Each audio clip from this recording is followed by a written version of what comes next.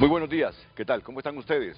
Ayer les anuncié que hoy tendría en el programa a la precandidata presidencial del Partido Libertad y Refundación, la abogada Rixi Moncada. Y en efecto, así es. Ya estamos haciendo los ajustes con su micrófono para presentarla. Aprovecho entonces para compartir solo unos segundos con Ramón Matute y un resumen de la sesión de anoche en el Congreso Nacional. Se aprobaron 2 artículos de ese decreto especial, Ramón, para el presupuesto de las elecciones primarias, pero llegado al artículo 3, ahí comenzó el enfrentamiento y los disensos, de tal manera que se suspendió la sesión. No sabemos si se reanudará hoy o en qué otra fecha. ¿Qué panorama, cuál es el ambiente que percibes tú después que anoche no se pudo aprobar ese decreto especial para el financiamiento de las elecciones primarias de marzo del próximo año? Buenos días, Ramón. Buenos días, Renato. Buenos días a esos amigos televidentes del Frente a Frente. Ayer, cuando estaba transmitiendo el programa Día Político por TSI, estábamos en el momento que se estaba discutiendo el artículo 1 y el artículo 2. El artículo 1 sí llevó bastantes comentarios de los diputados porque era el artículo que daba vigencia o a la aprobación del presupuesto de los 1.492 millones de lempiras para el CNE en materia electoral. Hubieron muchas opiniones. Bueno, La eso se mayor aprobó. parte de los diputados votaron a favor, bueno, casi todos los Eso diputados se aprobó. Y el 2 votaron a también. favor. El 2 también no requirió de tanta discusión, pero cuando se comenzó la discusión del artículo 3, se comenzó con el clima de discusión, donde se alteraron los ánimos, por supuesto, Renato. Como siempre. Como siempre, por cómo estaba redactado o cómo está redactado el artículo número 3. Le cuento, la diputada Maribel Espinosa también presentó otro artículo modificado para que se sometiera a discusión en la Cámara, pero tampoco pasó. Se suspendió la sesión, Renato, y el presidente del Congreso solo dijo, convocaré oportunamente. No dio ni fecha, tampoco dio hora para nueva convocatoria. Recuerde que la otra semana es el Congreso Infantil, en el Congreso Nacional. Significaría esto, o convocan hoy, o convocan mañana, o convocan después de la sesión del Congreso Infantil, o el día que consideren ellos. Pero sí fue una discusión muy fuerte. El Congreso Infantil no va a durar toda la semana. Dura 3 días, creo que el 3 Congreso, días. martes, miércoles y creo que el jueves. Cuando se está con el Congreso Infantil, no sesiona el Congreso No sesiona, de mayores. no hay agenda, Renato, y se dedican ellos, la mayor parte de los diputados, a sus actividades en las diferentes comunidades del país.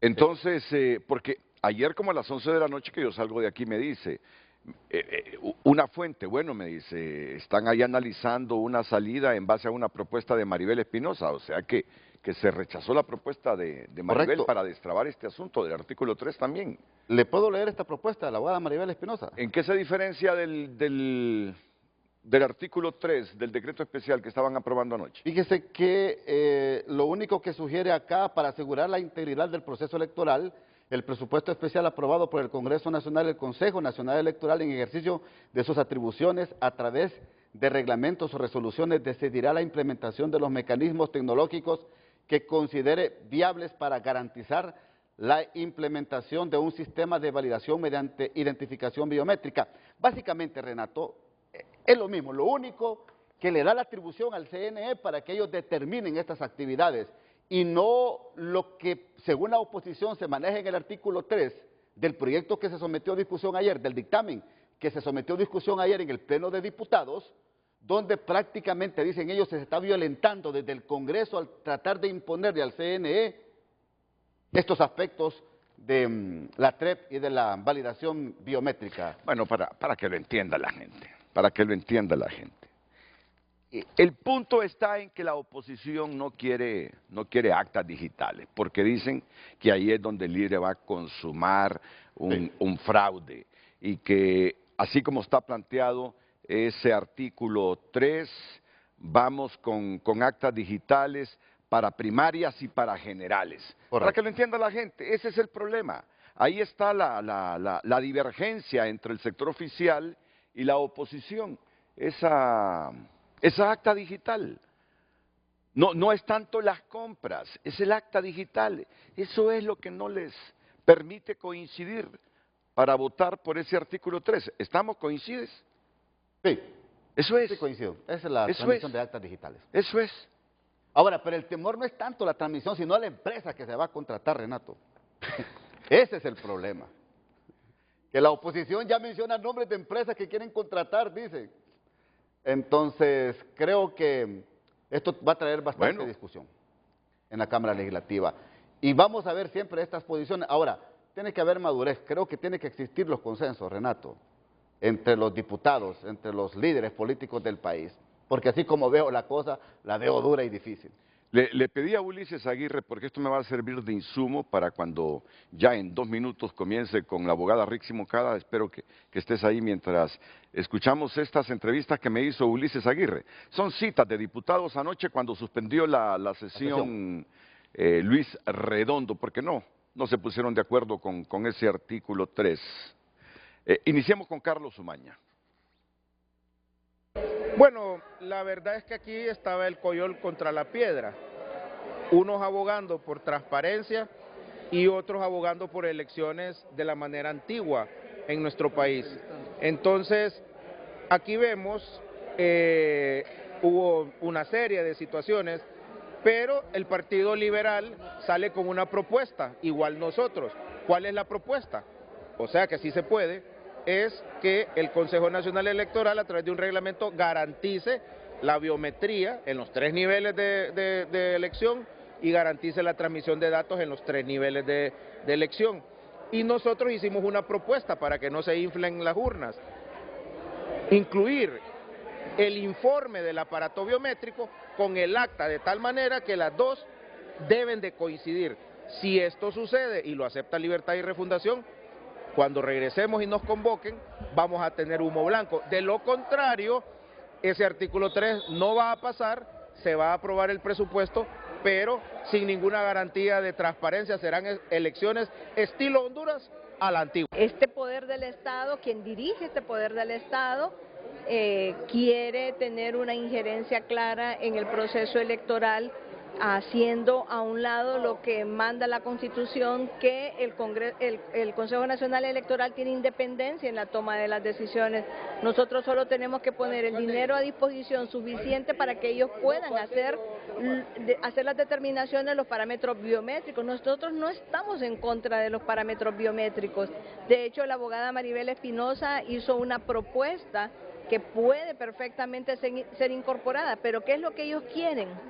Ellos quieren definitivamente que este poder tenga injerencia de cómo se van a transmitir los datos el día de la elección, con los resultados que todos ya conocemos y que hemos visto en otros países, cuando hay una injerencia directa de quienes gobiernan sobre los resultados electorales. Entonces yo creo que en este momento es el momento de defender la democracia, de defender un proceso que verdaderamente responda a esos preceptos democráticos que son los que deben prevalecer en el país. En el fondo es que están esperando cumplir su plan, y el plan de Libre es esperar que Marlon Ochoa llegue al Consejo Nacional Electoral y hasta entonces continuar con esta discusión. Eso ya estaba previsto desde antes de la sesión, que iban a suspender, y cuando Jorge Cálix hizo uso de la palabra, lo mencionó, lo adelantó, que al llegar al artículo 13 iba a haber una suspensión, él lo dijo, y lo cumplió Luis Redondo y la Junta Directiva. Ahí hubo premeditación y ventaja de parte de la Junta Directiva. La propuesta de Maribel Espinosa era sana y conservaba las atribuciones del Consejo Nacional Electoral. No le imponía nada, sino que le daba la potestad de hacerlo dentro de su reglamento. No se quiso hacer y no se quiso aprobar el presupuesto. Ya esa es una decisión que cada quien tiene sus puntos de vista a veces, ¿verdad? Y algunos abogados que creen tener, por ser abogados,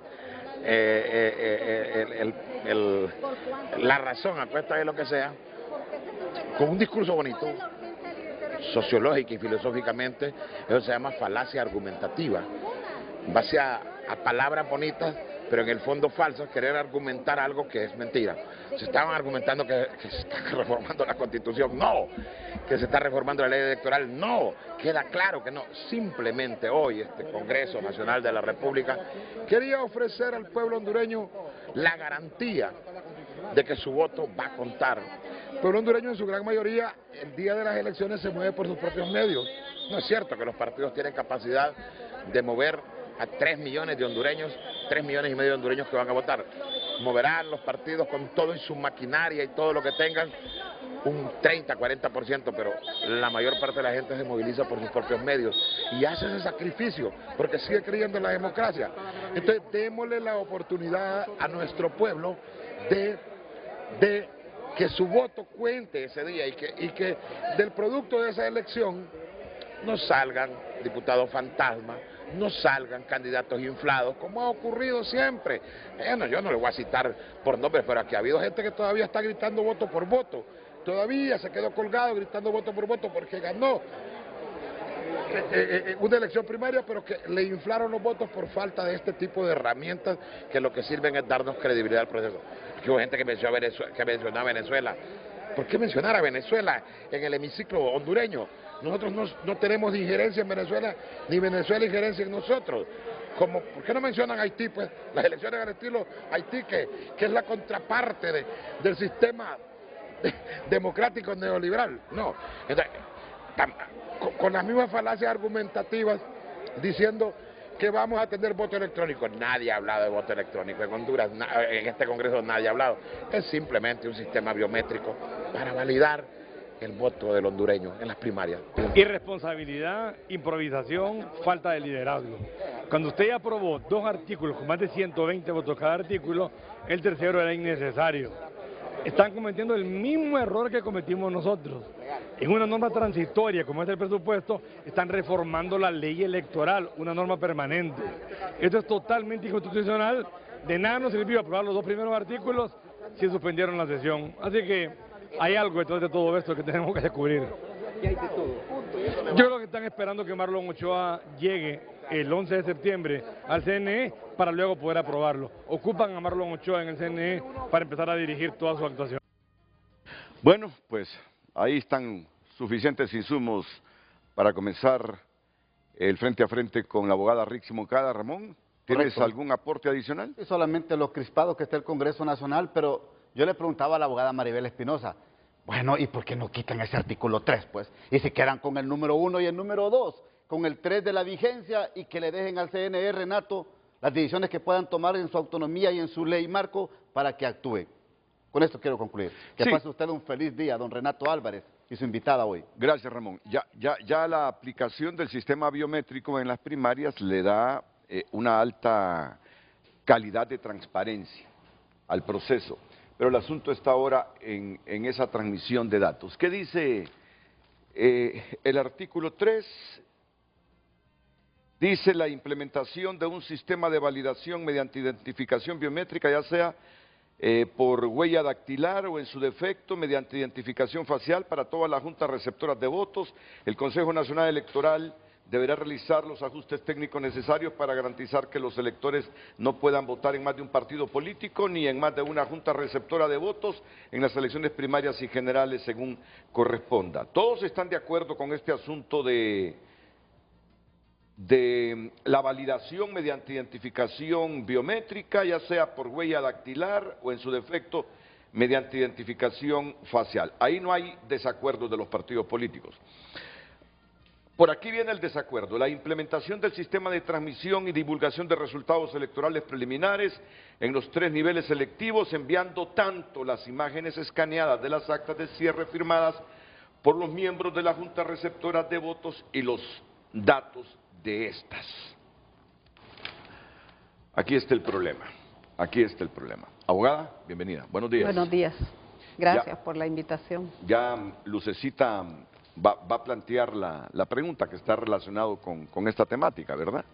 Ya Bien. puedes ir haciendo o anticipándose en las redes sociales para que la gente comience a reaccionar sobre esto, En definitiva, ¿por qué cree usted que se ha presentado esta divergencia de las bancadas en el Congreso y no han podido aprobar el decreto especial de presupuesto para el financiamiento de las elecciones primarias del año que viene.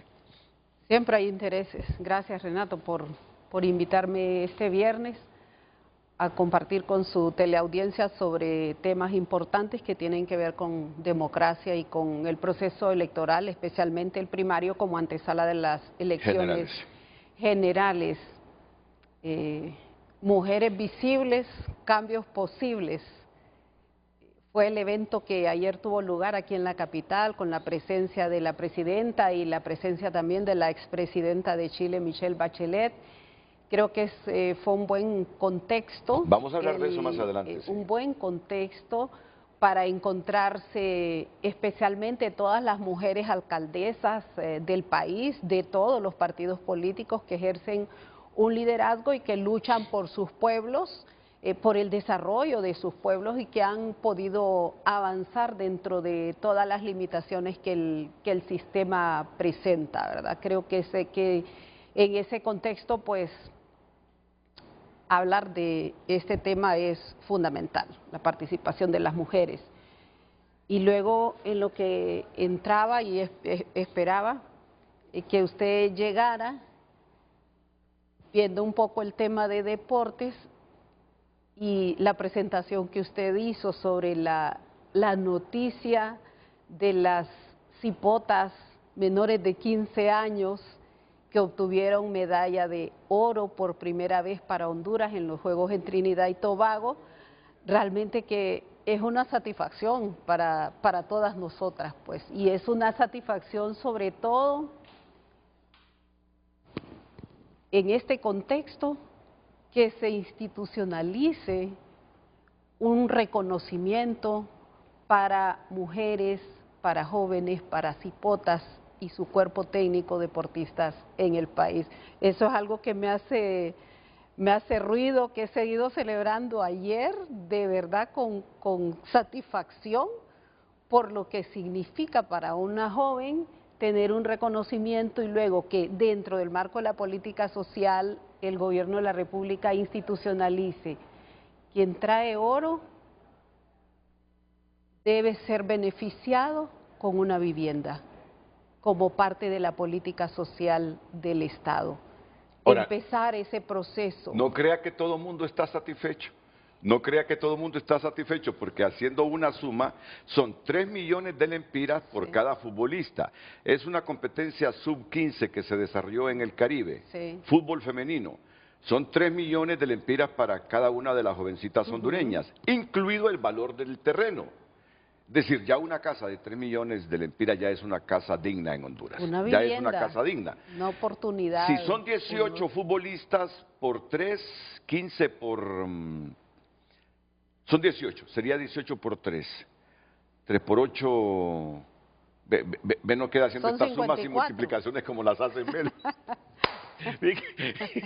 Me bloqueé en este momento porque a veces me la hacen multiplicaciones. Si son 15 son 45 millones, más 3 son 9 millones, sí, entonces son 54. 54 millones. Sí. Y además se extendió para los 3 miembros del cuerpo técnico una casa por cada uno de ellos.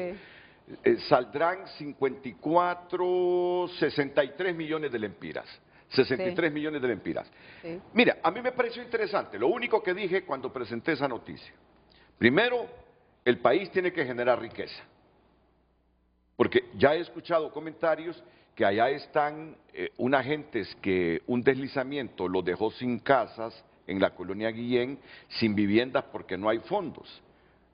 Está claro que las necesidades son infinitas en este país. Entonces, pero un premio así, la verdad que es la primera vez que yo lo veo, y para una categoría... Institucionalizado. Sí, porque generalmente los premios que les dan a los futbolistas mayores, producto de esas competencias, es cuando la FIFA envía una parte de sus ganancias en los eventos mundiales.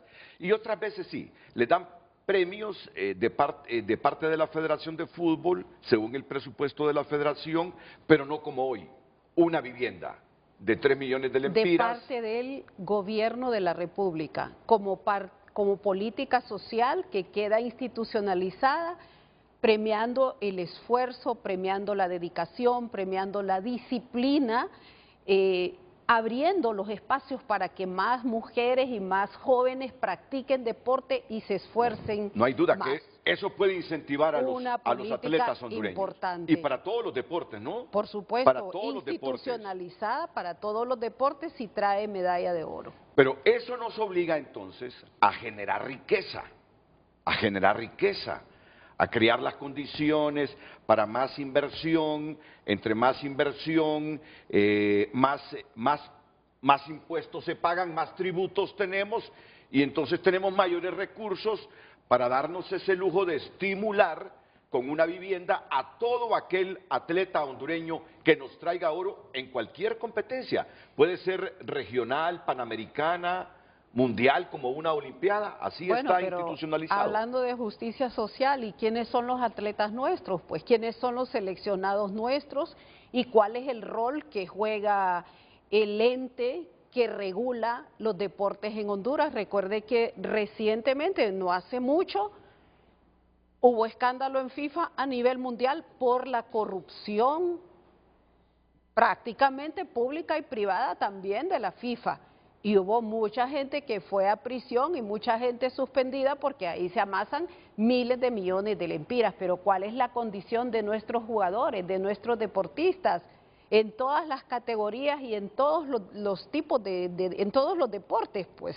O sea, todos, de alguna manera, en nuestros pueblos practicamos deporte. El deporte más accesible es el fútbol. El gobierno, como parte de esa política social, está invirtiendo en la organización y en la celebración de campeonatos. Y como para tener una idea, por los 60 millones de la institucionalización de este premio, pero si aquí el país paga, ¿qué le digo? Tiene que ser un promedio de, solo el ENE paga un promedio de 400 millones diarios en intereses por la deuda bancaria que supera los 60.000 millones. Escuche bien, 400 millones diarios por la deuda bancaria que tiene, que supera 60.000 millones. Entonces, o sea, esperar a que vamos a tener todo lo que deseamos para empezar a premiar el esfuerzo y luego, a mí me hace sensibilidad el deporte por una razón.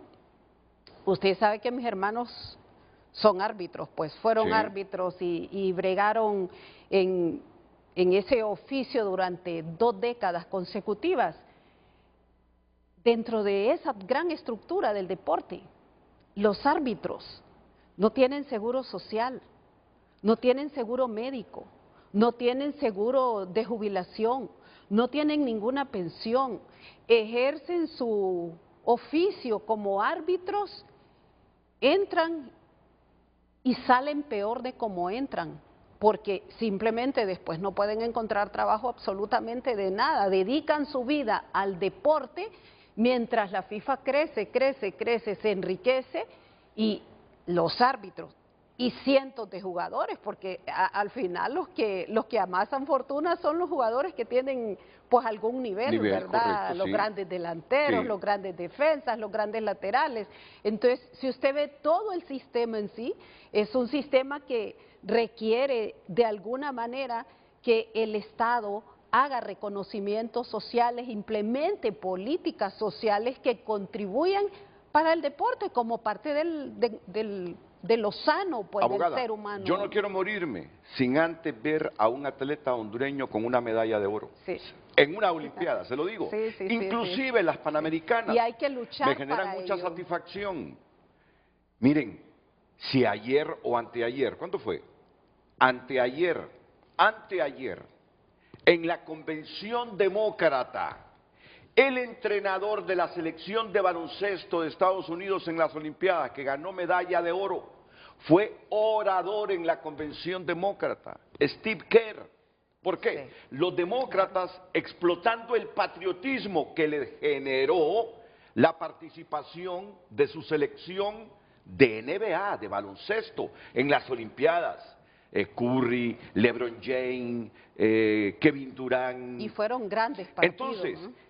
el patriotismo de los estadounidenses se exaltó después de ese juegazo contra Serbia, donde hubo unas canastas de 3 puntos de Curry fabulosas, el LeBron James, ese partido final contra Francia fue espectacular, donde también se lució este quinteto estadounidense, y que son profesionales y que ganan muchos millones, pero más allá, les importó la medalla de oro. Y entonces fue una referencia de los demócratas, el entrenador de esta selección de baloncesto, en la convención demócrata, como para decir, estamos orgullosos de nuestros basquetbolistas, y que son millonarios, El deporte es fundamental y Totalmente la inversión de este gobierno en el deporte también es significativa. Donde estamos equivocados, porque Costa Rica ahí nos lleva ya varios años, es que yo nunca vi algunas disciplinas deportivas en Honduras tan caídas como las estoy viendo desde hace décadas. Sí,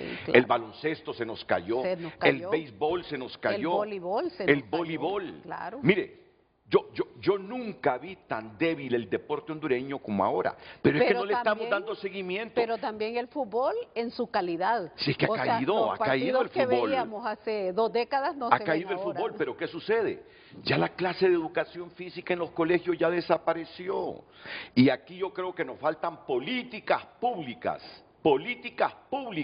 para darle un impulso al deporte, porque está bien, estamos estimulando que nos traigan medallas, y el que nos traiga medallas va a tener una casa, una vivienda en cualquier disciplina deportiva, pero no estamos haciendo lo que hace Costa Rica, monitoreando la salud, el crecimiento, la masa muscular de sus atletas que destacan desde que están en el colegio. Vea, nos falta hacer una revolución completa en el deporte. Lo importante es comenzar, y hemos comenzado. Yo creo que en 2 años y medio se ha revolucionado la posibilidad de participación de nuestros jóvenes con la construcción de más de 50 canchas.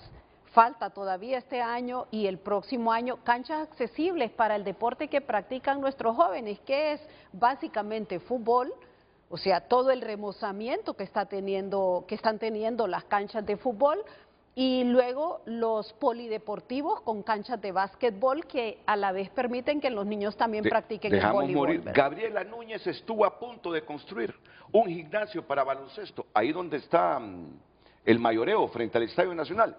Pero se opusieron los que venden ahí todos los fines de semana cuando les dijo, no, la parte baja quedará siempre para ustedes. En un segundo nivel vamos a construir el gimnasio. Pero hay un proyecto ya elaborado y creo yo que incluso aprobado para la reconstrucción, que fue la orden que dio la presidenta, creo que a finales del año pasado, la reconstrucción del gimnasio histórico. El Valentín. Del Rubén Callejas. Pero ¿cuándo lo van a reconstruir? Creo que ya está el proyecto construido, porque si usted va ahorita por la zona, ese local está totalmente destruido y ya está maqueta y todo para la reconstrucción de ese gimnasio, que fue un espacio importante no solo para el deporte, sino para actos emblemáticos de la educación pública, especialmente de las escuelas normales y los institutos de segunda enseñanza. Bueno, con eso usted solo me hace acordarme de Aldana, porque Aldana nos prometió que iba a hacer una mega obra ahí, al lado de ese río, por donde está el gimnasio Rubén Callejas Valentín. Ya llevamos 2 años, Aldana, yo sé que estás haciendo obras en otros lados que me parecen obras muy importantes para la ciudad. Agua, está construyendo las represas. Me parece muy importante, pero prometiste eso, y ya que estamos hablando de deportes, un gimnasio de baloncesto ahí, con esa mega obra que tú nos dijiste que harás, quedaría impresionante la ciudad. Así es que nos adeudan en cuanto a revolucionar los deportes. Otros países, Guatemala ganó medalla de oro en estas Olimpiadas, El Salvador ha destacado, pero no estamos haciendo lo que debemos con todas las disciplinas deportivas. Hemos iniciado. Desde la base. Hemos iniciado. Andamos muy débil ahí. Pero hemos iniciado en organización, y creo que eso es lo importante, y que los atletas, los futbolistas, los basquetbolistas, todos los deportistas en general tienen un incentivo. Por supuesto que hay que profundizar, esto es un proceso de construcción, y por eso le dije que venir un viernes, no un lunes ni un martes, venir un viernes en el marco de un evento de mujeres políticas ayer y una premiación histórica e institucionalización de los deportes a las niñas que ganaron medalla de oro es... No, a mí me extrañó porque la verdad que cuando se me dijo la abogada Rixi Moncada quiere estar en frente a frente para hablar de temas electorales, muy bien, digo yo, si este es el tema que genera controversia en el país, pero cuando usted se desvía un poquito a hablarme de las niñas que ganaron el evento, sí, pues dije yo, quiere hablar de deportes. Y creo que quiere hablar también, y no es de que quiera, es que yo le iba a preguntar sobre esta ley contra la violencia política, contra la violencia política por asuntos de género, violencia política contra la mujer por asuntos de género. Ese tema lo vamos a abordar también. Y claro, el tema central que es este problema de que no se ponen de acuerdo en este artículo 3 del decreto especial para que ya pronto salga en la Gaceta el decreto de los 1.492 millones de lempiras para financiar las elecciones primarias del próximo año en marzo. Y aquí termino. En el escenario, ya que hablé de Steve Kerr, el entrenador de baloncesto de Estados Unidos, de Steve Curry, de LeBron James, en el escenario que Rixi Moncada se le esté poniendo esa cinta de presidenta el 27 de febrero de 2026. De enero. El 27 de enero de 2026. ¿A quién le gustaría encontrarse ahí en la Casa Blanca? ¿A Donald Trump o a Kamala Harris? Debemos esperar el proceso electoral para que el pueblo, norteamericano decida, eso es una decisión del pueblo norteamericano. Con Donald Trump o con Kamala Harris vamos a establecer relaciones, relaciones de respeto, relaciones de entendimiento, relaciones integrales, porque hay cientos de miles de hondureños que dan su fuerza de trabajo en ese país, porque Estados Unidos es un socio comercial importante de Honduras, porque estamos vinculados por la cercanía, por la distancia, por la geografía, con cualquiera de los dos, relaciones de respeto, relaciones en base a principios, relaciones respetando la independencia de los países. ¿Y no le resiente a usted cuando Donald Trump dice que de esos países de mierda como El Salvador, creo que ahí nos mete a nosotros también, solo delincuentes llegan a Estados Unidos? Por supuesto, no le resiente eso resiente a toda la sociedad, nos debe resentir a todos los que tenemos con toda seguridad, dignidad y que amamos este país. Claro que nos resiente, y nos resiente sobre todo porque producto de la implementación y de meter su mano, de intervenir las políticas de nuestros países de alguna manera han sido obstaculizados en sus procesos de desarrollo y en sus procesos de participación. Por supuesto que resiente, pero independientemente de esas manifestaciones odiosas en contra de un pueblo digno, en contra de un pueblo con honra, de un pueblo que ha salido a luchar por su propio destino, independientemente de eso. O sea, el pueblo norteamericano, al margen de lo que diga Trump, es otra historia, pues. Sí. Es un pueblo que también lucha, es un pueblo que también reclama.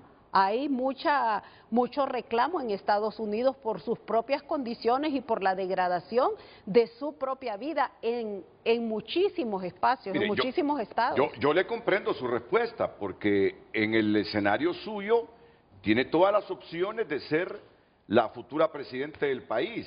Y tampoco se puede descartar que en las elecciones de noviembre de Estados Unidos Trump le gane a Kamala Harris y se convierta en presidente. Entonces, cualquiera desde ya debe tener cuidado cuando se refiere a un potencial presidente de un país como Estados Unidos, que es un socio muy cercano de nosotros. Una decisión del pueblo norteamericano. No, pero mi pregunta fue, ¿a quién desearía usted ver en la Casa Blanca? Yo ya sé que es el pueblo norteamericano que tiene que decidir entre Trump y la Kamala Harris. No, a Rixi Moncada fue directamente al sentimiento de la abogada Rixi Moncada. En el escenario de que usted fuera presidente de Honduras, ya en la fecha que dijimos, estoy hablando ya de sus sentimientos, ¿a quién le gustaría encontrarse en la Casa Blanca? ¿A Trump y a Kamala Harris? Sinceridad, ¿Con toda sinceridad? Con toda sinceridad, me es indiferente. La política norteamericana se aplica, sea Kamala o sea Trump. Ellos tienen una línea definida en su Departamento de Estado, en el Pentágono, porque administran intereses y administran intereses del capital, protegen intereses del capital. O sea, ellos tienen relaciones con diversos países del mundo, condenan países, se entrometen, intervienen países. O sea, no va a cambiar esa política que es una política imperial. Entonces, cualquiera de ellos dos va a seguir las líneas que le dicta el capital, las grandes corporaciones que tienen que seguir con relación a nuestros países. Entonces, me es indiferente y que si le marco consentimiento, que por supuesto, o sea, en lo único que estoy concentrada es en llegar junto al pueblo en resistencia a la presidencia el 27 de enero de 2026. Ni el hecho y de Estados que... Unidos será invitado, pues. Pero será un país imagínese que invitado. puede coincidir que en un eventual gobierno suyo y del Partido Libre gobierne por primera vez una mujer. No le llama la atención eso, no le despierta algún interés. Pero en ese contexto inicié mi intervención. O sea, la participación política de las mujeres, por supuesto, que marca como una nueva etapa, una nueva fase, pero usted no puede especular ahí. Si llega Kamala, sería la primera mujer presidenta y vamos a esperar. Ahora conocemos sus acciones como vicepresidenta. Y sus acciones como vicepresidenta en el marco de las democracias latinoamericanas y de los problemas o las dificultades políticas que enfrenta el mundo, su actitud es exactamente la misma. Actúan como imperio, el imperio actúa como imperio. Porque vino aquí a la asunción de la presidenta Xiomara. Sí. Y hablaron ahí en privado. Estuvimos en esa reunión. ¿Cree que Kamala no ha estado a la altura de las expectativas que generó como vicepresidenta de Estados Unidos?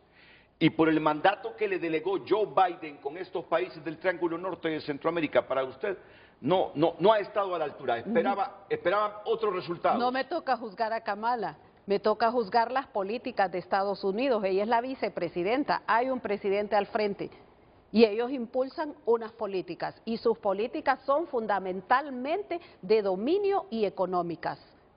En Washington está la cabeza financiera del mundo. Y ahí se define se refiere al FMI, y al Fondo Monetario ahí Internacional. se define qué hacer y cómo manejar estos países. Y la reforma fundamental que estos países necesitan es justamente una reforma económica. Justamente una reforma económica. Una política fiscal en la que todos paguemos impuestos. Una política monetaria, una política cambiaria y una política crediticia que nos permita acceder a recursos para lo que usted dijo al principio, para promover el crecimiento, para promover el desarrollo. Y yo creo que en eso el gobierno se ha concentrado en estos meses, se han dado primeros pasos, hay que continuar, hay que profundizar. Este es un gobierno de transición y por eso voy a reiterar, me es indiferente. El pueblo norteamericano debe decidir quién de los dos será su próximo conductor, su próximo gobernante. El 46 presidente de los Estados Unidos, creo. Búsqueme ahí, por favor. Y por supuesto... 46 sí, o 47. Si Kamala gana la elección, tendremos una presidenta mujer por primera vez, estaremos todos a la expectativa de sus acciones, no de su discurso en la convención demócrata, de sus acciones, y luego tendremos otra mujer en México y nosotros que estamos batallando, luchando, construyendo unidad, organización en nuestro partido para la elección primaria de la que vamos a hablar, y luego pues para enfrentar en la elección general al bipartidismo. Correcto, sobre esa elección primaria y el financiamiento que todavía no se produce porque no se aprueba el decreto especial en el Congreso Nacional, vamos a hablar después de la pausa comercial. Sería el 47, ya sea Trump o Kamala. Joe Biden es el 46 presidente de los Estados Unidos. Pues bien, a la expectativa, es que el mundo está a la expectativa con esas elecciones en Estados Unidos. Vamos a la pausa. Enseguida, el asunto de este decreto especial que el Congreso no terminó de aprobar anoche. Por lo tanto, no se puede publicar en la Gaceta, aunque están de acuerdo en el monto 1.492 y se aprobaron 2 de los 4 artículos del decreto, pero el que los enfrenta es ese número 3, porque dice la oposición que ustedes se quieren valer de el acta digital para consumar un fraude electoral en el 2025. Es que la usa, las imagina. La pausa y volvemos. Buenos días, a esta hora información importante, información del tráfico vehicular, ubicados en el popular barrio La Alameda, la intersección entre la avenida República de Chile y la avenida Juan Manuel Gálvez. Como usted puede observar, en la avenida República de Chile un tráfico bastante pesado. Los vehículos circulan a una velocidad de 5 kilómetros por hora, así que si usted se dirige por la avenida República de Chile hasta ese sector de la Alameda, le recomendamos buscar rutas alternas. Sin embargo, en el sector de la avenida Juan Manuel Gálvez, un tráfico un poco más fluido, los vehículos están circulando en un promedio de 12 kilómetros por hora, así que esta es una opción con un tráfico pesado, pero en el cual se puede circular. Si usted se dirige hacia el sector del Hospital Escuela, siempre por el sector de la Alameda, esa sí es una excelente opción para que pueda circular, ya que no hay tráfico a esta hora de la mañana. Desde este punto de la capital, información del tráfico bastante detallada, en frente a frente, presentada por Carrión. Buenos días, en pantalla el tema de esta mañana. ¿Y usted estaría de acuerdo en que se digitalicen las actas para las elecciones primarias y generales del 2025? Ese será el tema. Puede enviar su opinión en base a él al 9773-6065 y también a través de nuestra cuenta en X Frente a Frente HN. Tenemos algunos mensajes de lo que se ha dialogado hasta el momento. Emma Cataleya escribe: el futuro de Honduras está en buenas manos porque llevará la continuidad de la refundación. Así es como tiembla este set porque llegó la mujer que da cátedra política. Dice Cristian: el golpe, todo lo de hoy como siempre es culpa del golpe. Fin del programa. Rixi es enemiga de la inversión, enemiga de la empresa privada, enemiga de la generación de empleos, hay que tenerle mucho cuidado. Eli Josué Murillo escribe: no hay duda, es Rixi. Lourdes Paz escribe: triste ver cómo esta gente quiere que les agradezcamos, que regalen nuestro dinero dando casas y dejen desamparados a las personas que perdieron su hogar en la Guillén, todo por hacer grande el trabajo de su hermano. Pueblo, démosle valor a nuestro voto. Duda escribe: ese despilfarro con las futbolistas es más demagogia, becas educacionales en el extranjero donde brillen como futbolistas, pero que se preparen como profesionales, eso deben darles, pero las becas buenas las tienen reservadas para los hijos del familión. Giselle escribe: Rixi será la próxima presidenta electa por el pueblo. Alejandro Fernández: eso es en todos los países, pasa eso, que los atletas que ganan oro, el Estado los premia en casa. De Estados Unidos creo que da $25,000 por atleta y entre otros países. Y Gabriela Rivera: compañera Rixi, digna representación de la lucha en bien de las mayorías. Escriben algunos televidentes. Usted también tiene la posibilidad de enviar su opinión, hágalo a través de nuestras cuentas. Estaba reflexionando sobre la cantidad de mensajes que nos están llegando, unos a favor, en contra, apoyando a la abogada, otros cuestionándole sus mensajes, sus discursos, que para ganar elecciones generales se requiere, más allá del voto duro de los partidos, conquistar mucho voto independiente, mucho voto independiente. ¿Cree usted que está conquistando ese voto independiente, Rixi? Creo que estoy trabajando como lo he hecho siempre, con responsabilidad, con base en mis principios, con base en mis valores, y creo que tengo toda la autoridad moral y la autoridad ética que me da la vida, que me da el servicio público, mi hoja de servicio público y también mi hoja de servicio privado, como para ir ante los distintos sectores y exponer mi pensamiento, exponer mis criterios sobre el Estado, sobre la situación actual, sobre la necesidad de continuidad de un proceso de resistencia que nace de las entrañas mismas del pueblo hondureño, que no es producto de un decreto, que no es producto de un acuerdo, de una resolución, que es producto de la lucha popular de la masa ante un evento histórico del que siempre hemos hablado acá. Creo que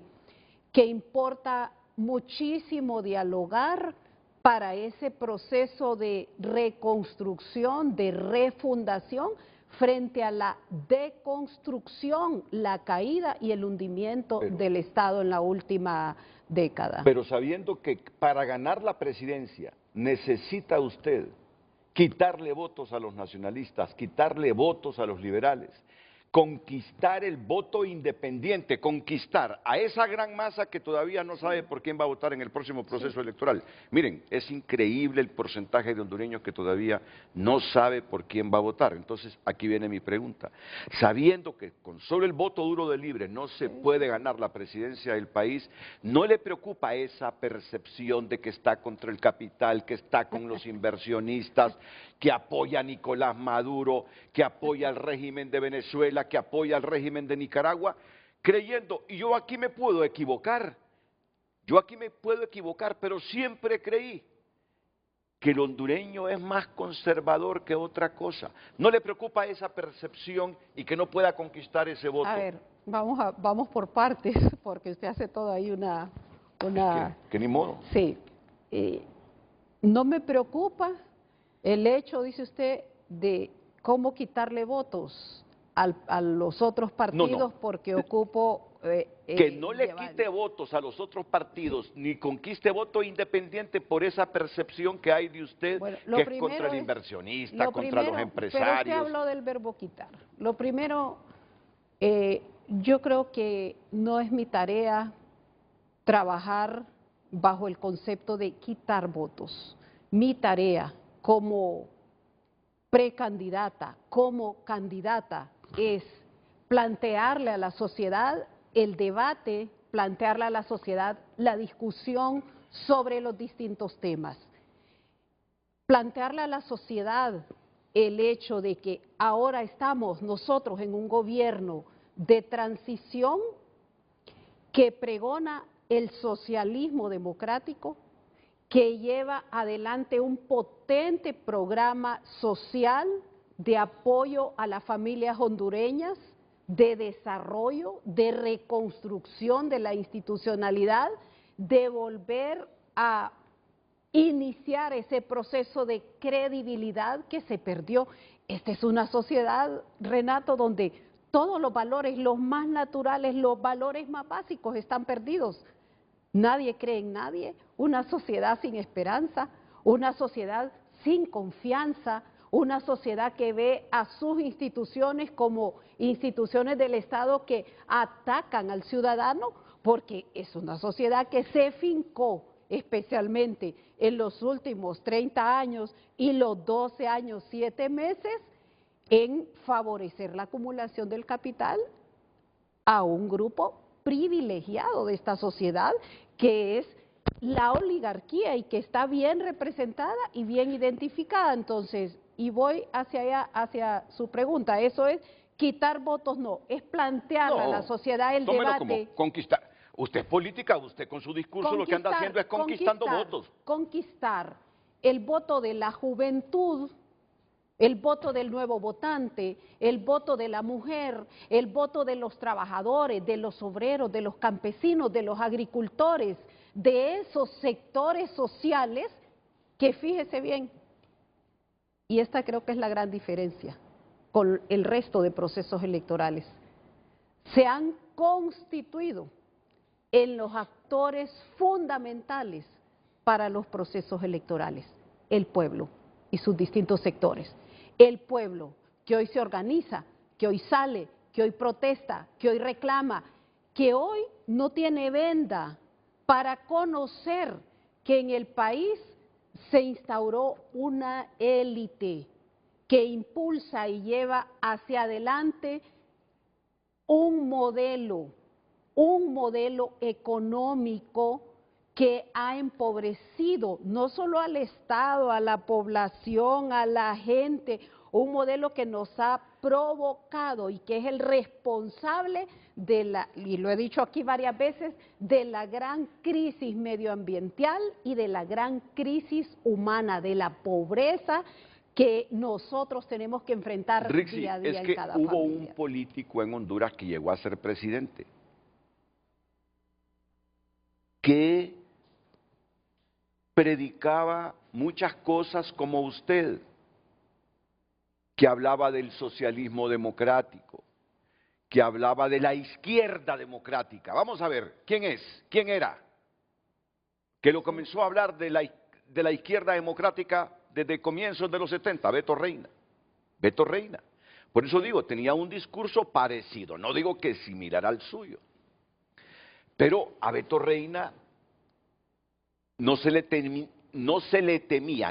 tenía temor de que radicalizara sus posturas, siendo o llegando a la presidencia del país. Y uno que pasa hablando con diversos sectores, percibe que a usted se le teme en ese aspecto, que aunque su discurso se parecía al de Beto Reina o el de Beto Reina se parecía al suyo, a aquel no se le tenía temor, aunque lo tildaron muchas veces de comunista Beto Reina, pero a usted se tiene temor de que siendo gobernante se radicalice y nos lleve a los extremos de Nicolás Maduro y de Daniel Ortega. Es bueno hablar estas cosas así. Pero estoy segura que el pueblo no me tiene temor porque sabe que soy su circunstancia, que soy su base, que soy su clase. El pueblo no me tiene temor. Y mire, y por supuesto que yo entiendo que debe haber mucha gente del otro lado del televisor que dice, que habla de la radicalidad porque hay un proceso impostado en todo esto, porque hay una manipulación perversa en todo esto, porque aquí a diario se injuria y se calumnia, a diario hay voces que son, muchas de ellas voces pagadas, para desviar y para manipular los planteamientos democráticos, los planteamientos pacíficos, los planteamientos dignos, independientes que hemos venido haciendo especialmente en los últimos 15 años. Entonces, con esa manipulación, y podemos ir tema por tema, el punto del sector privado. Por la exigencia de que todos debemos pagar impuestos, por la exigencia de ponerle fin a esas prácticas en el Congreso para otorgar exoneraciones y exenciones que no son más que corrupción pública legalizada, que nosotros la hemos denunciado, por exponer esos temas, entonces hay temor. Pero ¿y qué temor? O sea, todos debemos pagar impuestos, un principio básico, para poder levantar el Estado, para poder levantar a la sociedad, para poder hacer inversión, para poder generar oportunidades de empleo. ¿Con qué? Con condiciones. El Estado no puede continuar procesos de endeudamiento sin límite para llevar el desarrollo a las comunidades. Debemos pagar impuestos. Y entonces ahí pongo el ejemplo primero. Cuando usted me dice de empresarios, ¿a qué empresarios nos referimos? Porque en el país hay alrededor de 350,000 empresarios que luchan todos los días, medianos, grandes. Hay que darles condiciones, hay que darles seguridad, hay que darles posibilidades de tramitología rápida, hay que darles todo el apoyo para que continúen generando espacios de empleo, para que continúen desarrollándose, para que continúen creciendo y para que haya una distribución más equitativa de la riqueza. ¿Por qué se le va a tener temor a eso? Aquí lo que ha ocurrido es el otro extremo y ahí el país no tiene futuro. Son 40 años de bipartidismo, de modelo neoliberal en el que todos esos beneficios se le han dado a una cúpula. Son 10 y 25, yo también lo he dicho en este programa, eso no debe continuar. Y esa sí es una posición muy clara, yo la planteo en los distintos conversatorios, nosotros necesitamos hacer políticas integrales que apoyen a todo el empresariado nacional y no a una cúpula oligárquica. La cúpula oligárquica ya es suficiente, o sea, que continúen trabajando, que continúen desarrollando sus economías familiares, sus economías de grupos económicos, pero nosotros necesitamos llegar a más gente, a todos estos empresarios, para poder provocar el desarrollo y la transformación del país, que es posible, totalmente posible. Lo voy a decir en sentido figurado, pero Rixi se va a morir con ese discurso sobre las 10, sobre las 11 familias y las empresas que quieren seguir con exoneraciones y que no quieren pagar impuestos. No, bueno, no me voy a morir, no es que me voy a morir. No, pero eso lo dije, en sentido discurso. figurado, No. Fue un juicio. Pero le voy a corregir, yo voy a luchar hasta el último día de mi vida, junto a la gente, junto al pueblo, para que este país tenga justicia social y que todo lo que se construya pueda provocar resultados de equidad, de igualdad, que son principios y valores que están aquí y que no sé por qué no nos gusta hablar sobre ellos. No, yo no le rebullo a eso, más bien yo le pregunto lo siguiente, si algún asesor le dijera, Rixi, si querés conquistar más votos en un pueblo que por muchas razones religiosas, culturales, es conservador. Mire que no le estoy diciendo que somos conservadores, una buena parte de los hondureños, solo por decírselo. No, es que aquí los valores religiosos, muchos factores. Pero el pueblo no es conservador, está con un grado de manipulación que es diferente. Vamos a ver. Y ahí juegan un rol importante los medios de comunicación, si le dicen a ustedes, especialmente los corporativos. Sabiendo cómo es el pueblo hondureño, Rixi, tenés que flexibilizar tu discurso si querés conquistar los votos de otros partidos y los votos independientes, porque te están percibiendo en este momento de una manera que de repente, por razones culturales, religiosas, educativas, no lo entiendan. ¿Qué le digo yo al pueblo? ¿Qué respondería usted si le dicen, querés ser presidenta, querés conquistar votos, sin que renuncies a tus principios, flexibilizar tu discurso? ¿Lo flexibilizaría Rixi Moncada el discurso? La verdad no se puede flexibilizar. Flexibilizar la verdad y flexibilizar los valores equivale a oportunismo. Yo no soy oportunista. Voy a hablar con mi pueblo con la verdad. Voy a hacer el debate, voy a hacer la discusión, voy a abrir el diálogo y estoy segura, Renato, que se puede convencer a los distintos sectores de esta sociedad para construir una Honduras diferente, porque hay potencial. Yo ya he recorrido 11 departamentos y cada departamento tiene su propio potencial para salir adelante. Abriría el diálogo con los empresarios, incluidos los empresarios de esa cúpula de la que usted dice que yo me voy a morir hablando de ellos. Usted es la que yo me voy a morir hablando de ellos. En todas esas visitas que hace a los pueblos, escucho que siempre sale con esos 10, 11 empresarios, esas 10, 11 familias. Porque realmente la riqueza, producto del modelo y de la permisibilidad del bipartidismo, se ha acumulado, pues, la riqueza se ha acumulado ahí.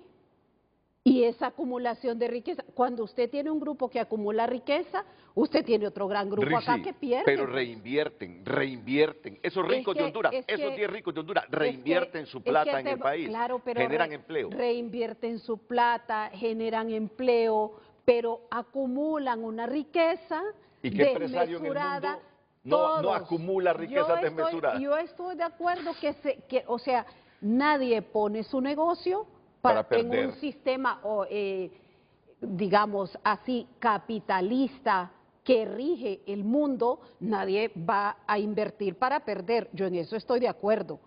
todo lleva una ganancia, pero una cosa es la ganancia y aquí entramos en otro campo. Y otra cosa es la instrumentalización y la utilización del poder público y del poder político para la corrupción público-privada, las contrataciones estatales a gran escala y la acumulación de dinero empobreciendo a los Ahí estamos estados. en otro escenario, la Bueno, corrupción es público-privada. el escenario integral. Ahí estamos en otro escenario. Integral. Bueno, vamos a ir a la pausa comercial. Es interesante, ¿saben? Que yo, estas preguntas que hoy le hago en público a la abogada Moncada, se las he hecho en privado. Así que para mí no es nada sorprendente su respuesta, por eso fue que me atreví a decir, Rixi se va a morir con ese pensamiento, pero lo dije de manera figurada, se va a morir con ese pensamiento. Mis principios, la verdad. Y ella me ha respondido que los principios no se flexibilizan, dice. Flexibilizarlos es oportunismo. Porque eso es oportunismo. Por eso les dije yo, se va a morir con esa forma de pensar.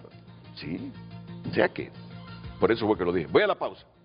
Miren, si seguimos así, ni vamos a abordar el tema electoral, ni vamos a abordar el tema de esa ley de violencia política contra la mujer por asuntos de género, y además, ni vamos a abordar un tema sobre el que usted se ha pronunciado.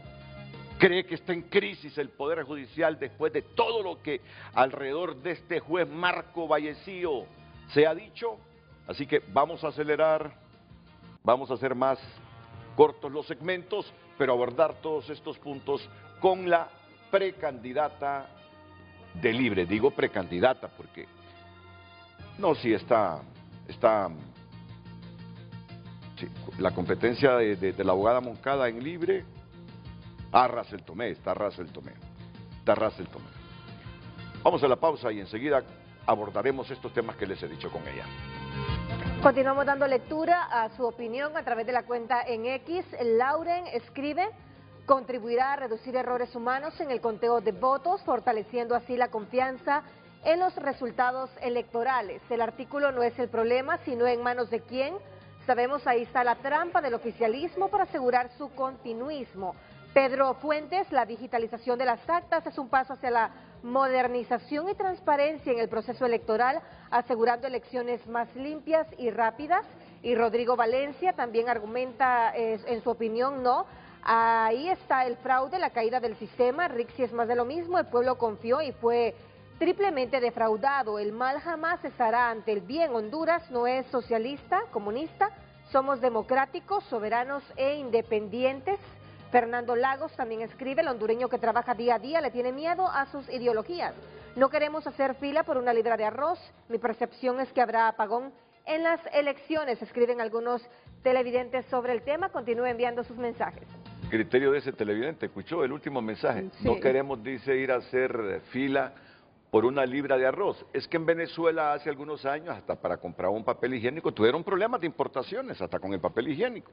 En Cuba, por su sistema y el bloqueo, también han tenido problemas. Pero es que aquí 7 de cada 10 no tienen para ir a comprar arroz. Entonces, es peor la situación. Entonces, alguna gente la asocia a usted con esos modelos económicos. No, Rixi, hablándole en serio, mire, hay gente que la asocia a usted con esos modelos económicos. Me asocia cierta mediática corporativa que manipula. No nos eche la culpa a los medios. Y ciertos invitados que manipulan y que orientan hacia un lado. Es bueno abrirse, mire, es bueno abrirse. Cuando yo le digo, por diversas razones históricas, culturales, religiosas, los hondureños son conservadores, que hay un pueblo en resistencia, está bien. ¿Cuánto? No sé, pero estoy seguro que son más el pueblo conservador, por esas razones que le digo que el pueblo en resistencia. Entonces, cuidado con la percepción, y cuando se expande esa percepción, con Rixi vamos a hacer cola hasta para comprar una libra de frijoles. Ok, porque no estamos tocando los otros temas que les he dicho. Ideológicamente, vamos a ver, ideológicamente, para terminar por lo menos con una respuesta clara de Rixi Moncada. Yo sé que se ubica en la izquierda, sé que no es comunista, creo, no puedo estar seguro, creo que no es comunista, pero ubíquese política e ideológicamente ante los hondureños, que me imagino que muchos ya lo saben, pero otros por su formación, porque no entienden de esto de izquierda, derecha, democracia cristiana, socialdemocracia. Bueno, ¿dónde se ubica ideológicamente En el Rick Simón Cara? Partido Libre, en el Correcto. Partido Libertad y Refundación, tenemos un proyecto político, conducimos un proyecto político que ofrece a la sociedad una opción distinta al modelo de acumulación de riqueza neoliberal que se ha implementado en el país en los últimos años y sobre todo a la narcodictadura que se instauró en los 12 años, 7 meses últimos. Bueno, la narcodictadura está ya privada de su libertad. No, la narcodictadura está aquí. Está aquí, aquí están sus operadores.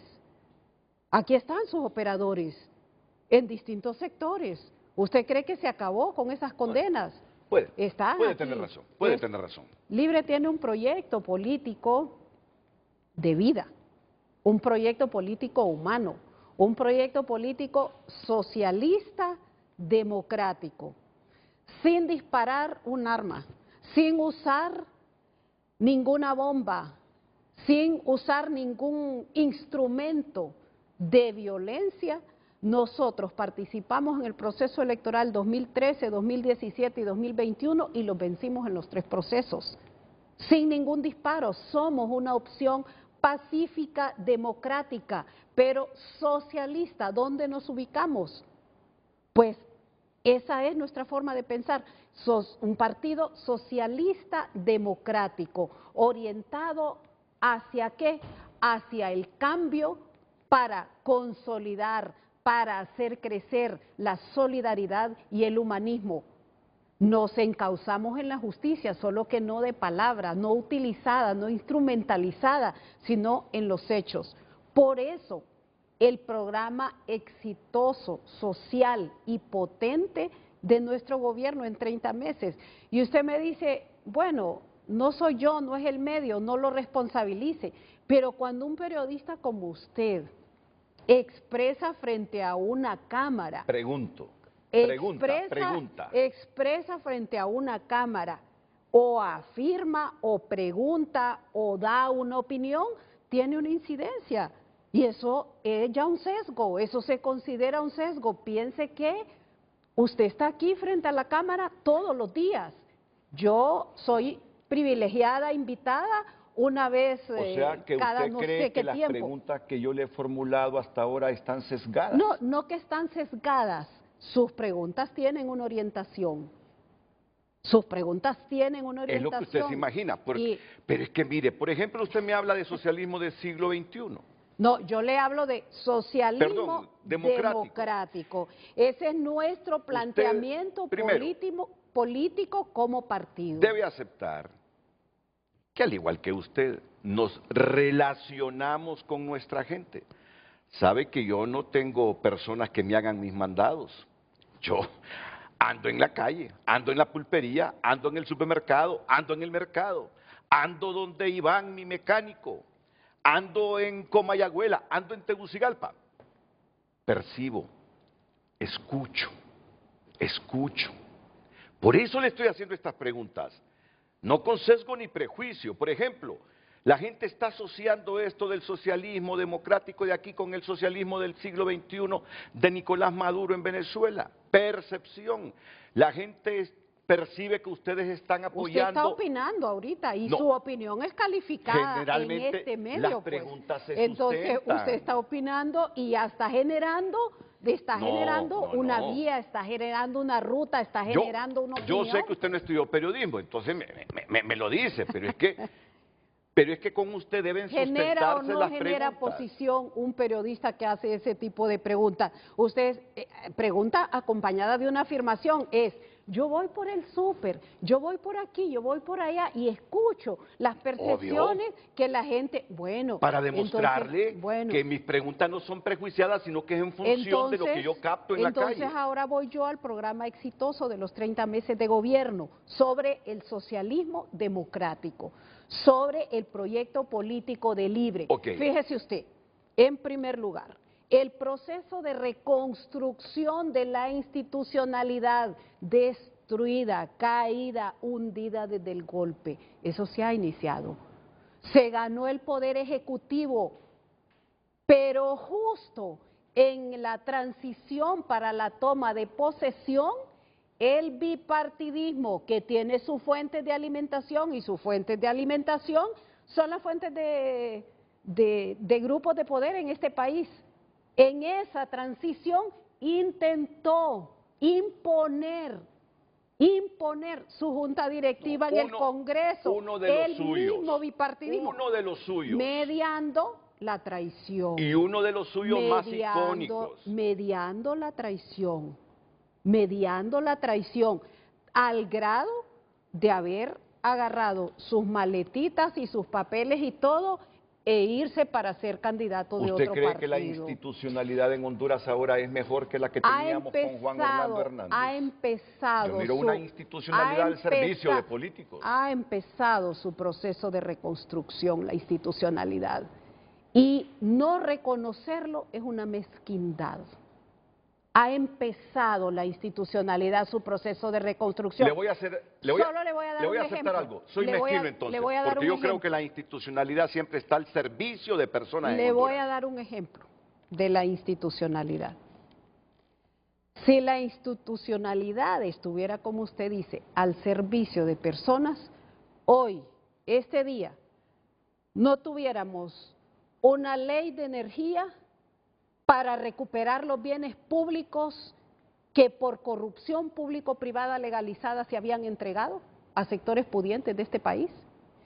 Y hoy, después de 30 meses, no tuviéramos un debate abierto sobre la ley de justicia tributaria como instrumento para generar equidad y para mejorar la parte fiscal del país. Si usted me habla de la NE, es parte de... seguimos con 36% de pérdidas técnicas y no técnicas, seguimos con ese déficit ahí. Eso no tenemos una línea. Eso va disminuyendo, pero hay inversiones que superan los 25.000 millones. Admito eso, que sí están... hay que ponerlo, yo reconozco eso. Yo reconozco entonces, usted tiene pérdidas, si vamos a hablar de la ENE, en 30 meses se van a recuperar 12 años de destrucción de todo el sector energía. En 30 meses se van a recuperar 12 años de falta de inversión en represas. En 30 meses, no puede recuperarse en 30 meses la ENE, pero ha iniciado su proceso. Hoy hay inversiones en todo el país en el sector energía y así podemos ir sector por sector. Entonces aquí podemos hablar de lo que falta por hacer, que por supuesto es muchísimo, los problemas son infinitos, el país estaba hundido, pero yo estaba dándole ejemplos de proceso de reconstrucción de la institucionalidad. Primera vez en la historia de este país que un fiscal ordena la detención de un juez en flagrancia cometiendo un ilícito.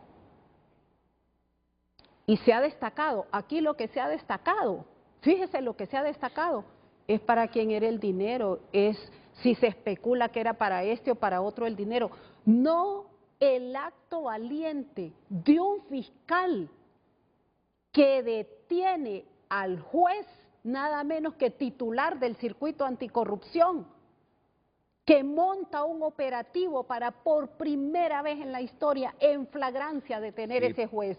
¿Qué es eso?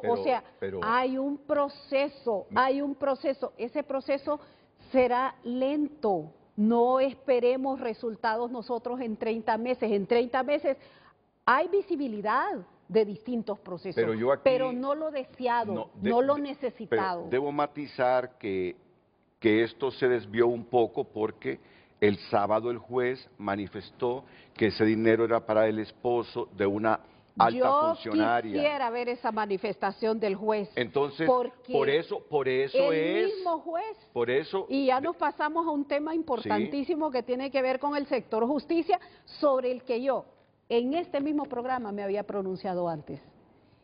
Y a propósito de eso, de Rixi, no piensa cambiar. Yo he sostenido mi criterio sobre el sistema de justicia desde siempre.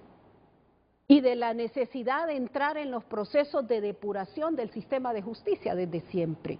Los jueces necesitan su gobierno de jueces, Los jueces necesitan su sistema para entrar al Poder Judicial. Lo que está hablando Rixi Moncada es que necesitamos un Consejo de la Judicatura.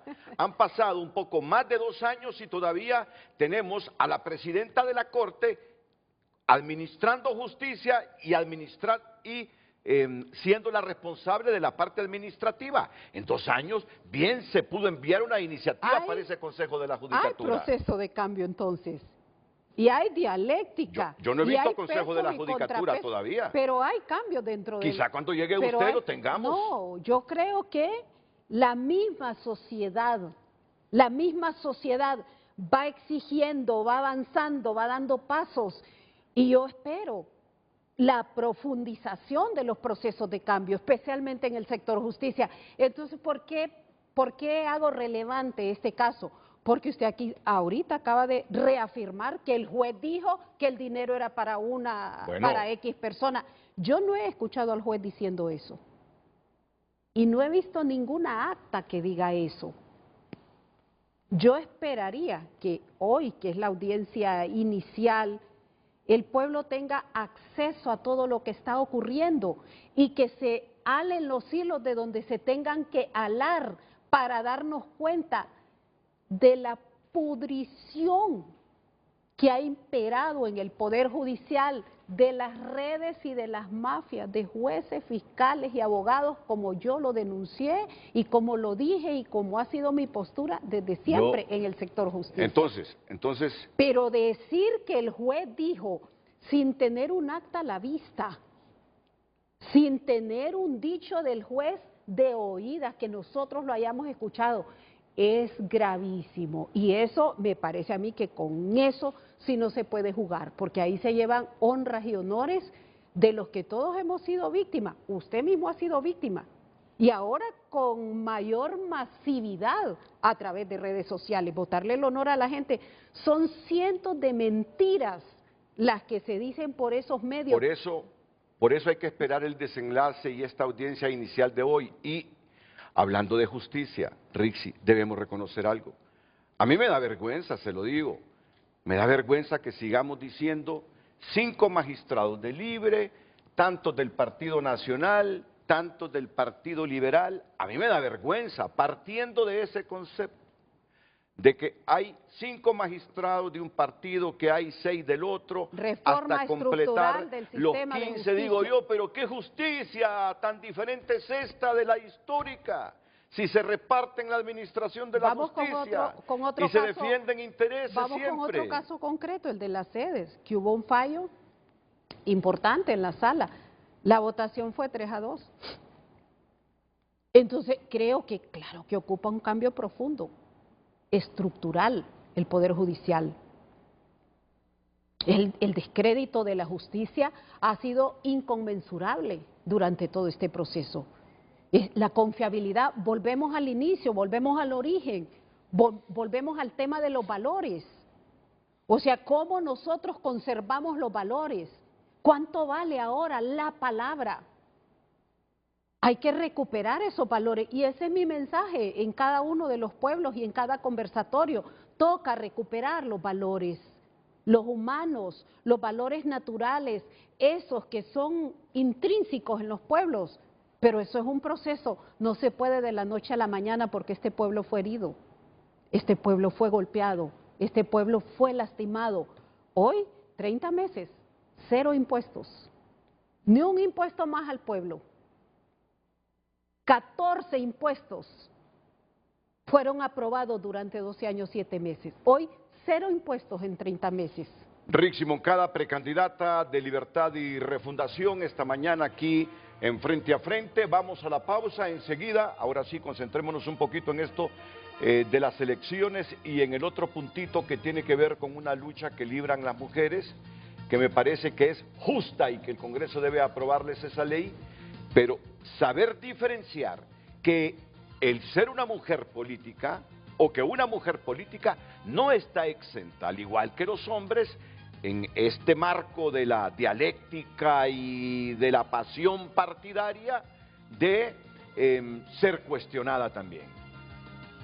Las mujeres en Honduras están pidiendo que no quieren violencia política contra ellas solo por ser mujeres. Que eso es diferente de que no se puede tocar a una mujer por el hecho de ser mujer y ser funcionaria. Son dos cosas diferentes. Ellas también están expuestas, como los hombres, en esta democracia y en esta libertad de expresión, de ser cuestionadas, de que se disienta con ellas. Diferenciemos eso, pero lo primero tenemos que apoyarlo. Hay que presionar para que el Congreso apruebe esa ley. Atentos.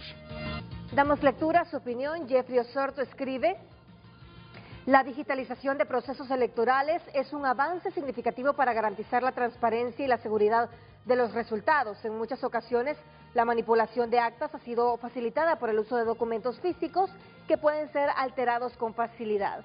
Nasser Rodríguez escribe: no queremos el mismo sistema de Venezuela. Fue una delegación de más de 50 personas de Libre para aprender cómo se hace el fraude y ahora anda el ministro de Defensa, se van. Bessie Camila también argumenta: claro que sí, es una manera más transparente. Los que están acostumbrados al fraude, obvio, van a estar en desacuerdo. Henry Smith también escribe: ¿en serio vamos a utilizar tecnología en un país donde el delito cibernético no puede ser perseguido? Por favor, escribe otro televidente: ¿quién en su sano juicio puede decir que eso es lo mejor cuando hay un centro de acopio donde se pueden alterar el gusto del cliente, los datos? Hay que ser zurdo para tal canallada, escriben algunos televidentes. Continúe enviando su opinión a través de nuestras redes sociales. Seguimos todavía sin presupuesto para las elecciones primarias de 2025. Y ya está de más de decir lo que hemos dicho hasta la saciedad en este programa y en otros programas de Televicentro. ¿Cuál es su posición en relación a este decreto especial y a las actas digitales que tienen empantanada la aprobación del decreto? Bueno, yo creo que hay que tener como punto de partida los dos entes que tienen legitimidad y legalidad cada uno en su lugar. El CNE está integrado institucionalmente con sus 3 consejeros. Tienen su ley electoral, la ley electoral, la reformada, con todas las incorporaciones que se dieron desde el proceso de 2021. El CNE, preguntándome usted mi posición, el CNE perfectamente puede reunirse hoy, convocar a sesión de pleno y aprobar el sistema de transmisión que va a garantizar la fiabilidad de las elecciones, que va a garantizar la transparencia, que va a garantizar que no se inflen los votos, que va a garantizar que una persona un voto, recordando que son 3 partidos los que van a elecciones primarias. El resto de partidos tienen sus mecanismos de asambleas o no sé cómo para elegir sus candidatos, pero 3 partidos que van a elecciones, CNE puede convocar a sesión y aprobar el sistema. Nosotros hemos exigido, y lo hicimos desde siempre, desde las elecciones, y aquí le traje para recordar, en las elecciones de 2017 incluso, nosotros presentamos un documento sobre el estado de emergencia nacional por el fraude electoral, y en este documento, en el 2017, nosotros planteábamos 6 áreas de fraude. Dentro de esas 6 áreas de fraude, una era, la primera, el censo, la tercera era el sistema de transmisión de los resultados. El censo porque tiene que ver con el voto de los muertos, con las personas que votaron. Pero eso está saneado, eso está saneado. Avanzamos de 2013, 2017 a 2021, nosotros avanzamos. Entonces, ¿cuáles son las 2 condiciones fundamentales para que haya transparencia en las elecciones? No son las únicas, pero son fundamentales. La transmisión de los resultados electorales preliminares, ¿verdad? La transmisión y el sistema para hacer ese conteo y la huella dactilar, el sistema biométrico para garantizar una persona un Solo voto. permítame unos segunditos mientras le colocamos otra bala a la abogada Rixi Moncada, pero es una operación de 30 segundos. Va a entrar aquí uno de los jóvenes de audio para colocarle una bala. No, en los últimos 30, 40 segundos. Tiene que ser rápido, por favor. en los últimos 40 segundos nos quedamos con algunos problemitas para que me repita lo que está diciendo en torno a la pregunta, ¿Qué mensaje tenemos, Lucecita, por favor? Claro que sí, tenemos muchos mensajes de nuestros televidentes. Fabricio Cabus escribe: sí, el bipartidismo piensa que este país debe seguir en el retraso. Cada periodo se debe garantizar la transparencia del proceso. La tecnología es esa herramienta para hacerlo. Le apuestan al fraude que se da en las actas escritas a mano, donde se vulnera la voluntad popular. Cordero escribe: si la propuesta viene de Libre es imposible estar de acuerdo, porque todos sabemos para dónde va el asunto. Licenciado Renato. Bueno, decía entonces que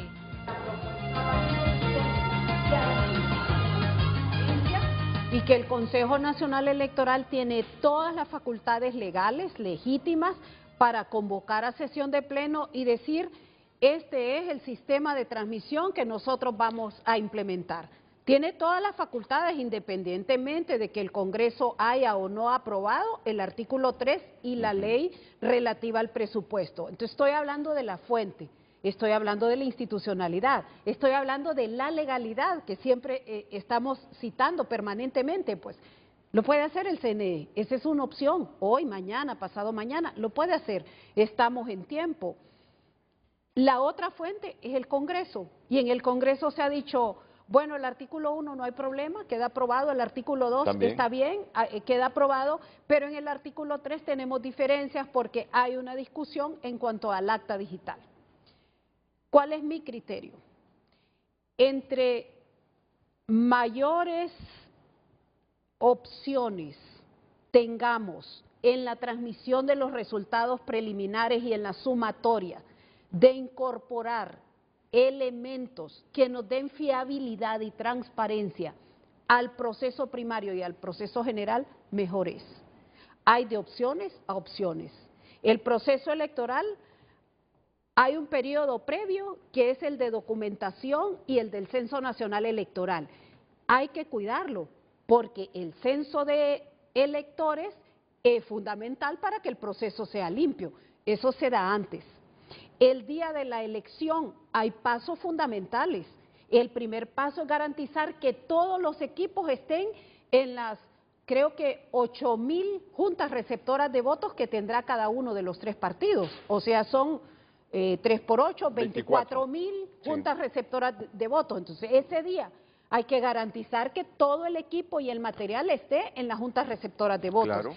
Que estén los representantes de cada uno de los movimientos internos que van a participar, porque eso también es garantía de transparencia, que además de esos representantes haya opción, una vez cerrada la elección, cerrada la jornada, para que cada representante y cada observador tenga copia de su acta.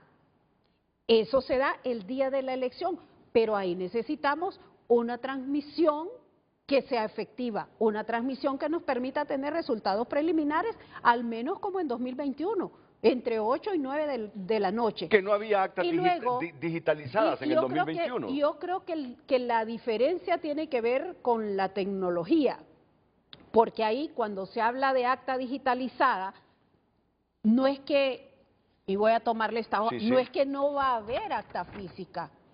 Cuando se habla de acta digitalizada, lo que entiendo por la discusión que escuché es que el operador va a introducir los datos en el aparato para que los datos viajen directamente y poder tener un resultado preliminar. Pero después de digitalizar esos datos, va a imprimir el acta.